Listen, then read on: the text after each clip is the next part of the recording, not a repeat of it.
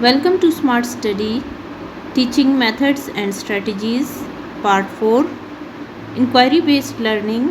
In inquiry based learning, students ask questions and find answers by exploring topics on their own. The teacher guides them, but students lead their learning through research and exploration. This approach is great for subjects where students can discover answers like science or history. For example, a geography class explores how climate change affects the environment by researching data and presenting their findings. Principle of inquiry-based learning. Principle of exploration. Students should be encouraged to explore and ask questions, driving their own learning process.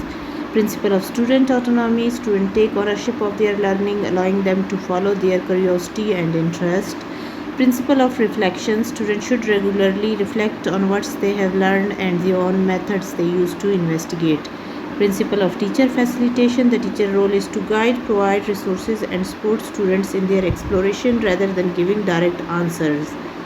Advantages: encourages independent research and critical thinking, promotes curiosity and active learning, helps students take ownership of their learning, develops problem solving skills, encourages deeper understanding through exploration. Disadvantages can be challenge for students who are not self-motivated, require significant teacher guidance and support, time consuming as students explore topics on their own, may be difficult to manage for large groups, students may become overwhelmed if not properly treated. Collaborative learning. In collaborative learning, students who work in groups to solve problems, complete tasks, or discuss topics. This method encourages teamwork and helps students learn from each other. It is useful for developing communication and problem solving skills. For example, a mathematics class works in pairs to solve geometric problems, discussing strategies and solutions with each other. Principle of collaborative learning. Principle of group interaction. Learning takes place through active interaction among group members, encouraging peer learning. Principle of shared responsibility. Every member of the group is responsible for contributing to the task, promoting teamwork.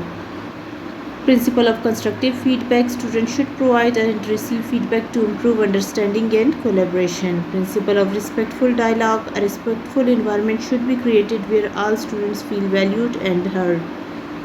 Advantages: encourages teamwork and social interaction, promotes peer-to-peer learning and knowledge sharing, enhances communication and interpersonal skills, builds a sense of community and cooperation among students, allows students to learn from each other's strengths and weaknesses.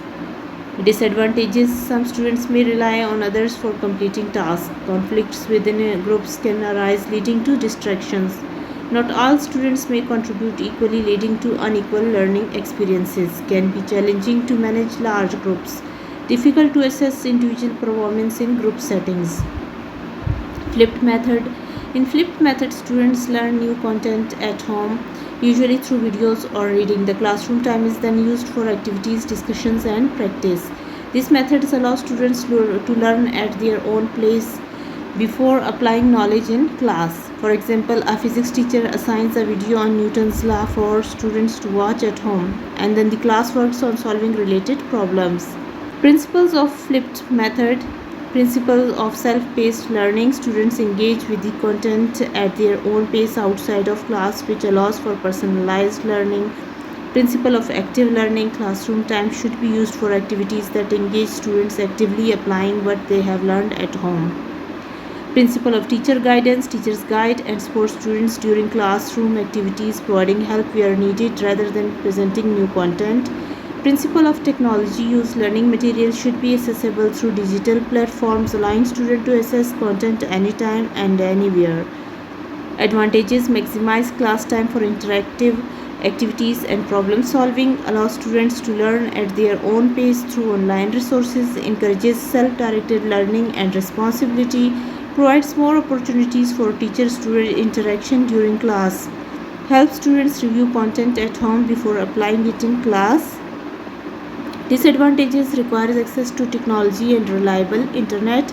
Some students may struggle with self-discipline and time management. Teachers must invest time in creating or curating high-quality online content. Not all students may be comfortable with independent out-of-class learning. Can be difficult to implement in schools with limited resources. That's all about today's video. Thank you. Wait for the part 5.